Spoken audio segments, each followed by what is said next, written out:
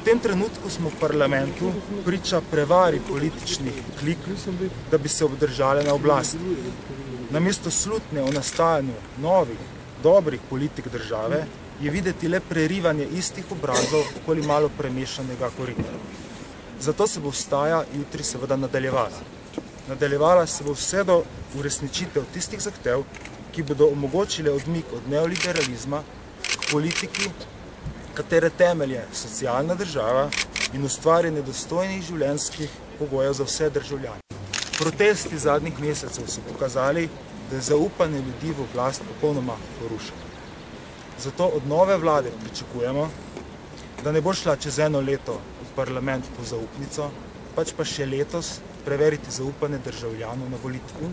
V odboru pričakujemo, da bo mandatarka jutri prišla na proteste in dala v zvezi s tem javno obljubo. Jutri mislim, da je pač pomembno, da se še enkrat poudari, da se pove, nismo mi zaradi vlade, ampak je vlada zaradi nas. Tisto, kar vstajniki imajo danes v svojih programih in manifestih, seveda so najbolj podobni tistemu, kar današnje tako imenovane leve parlamentarne stranke ponujajo in seveda ne izpolnjujejo. To pomeni, v tej točki gotovo gre deloma tudi za konkurenco programov, ampak po eni strani mi menimo, da bi bilo zelo dobro, če bi parlamentarne, tako imenovane leve stranke nekaj pobrale od protestnikov in morda dejansko o vladi to delale.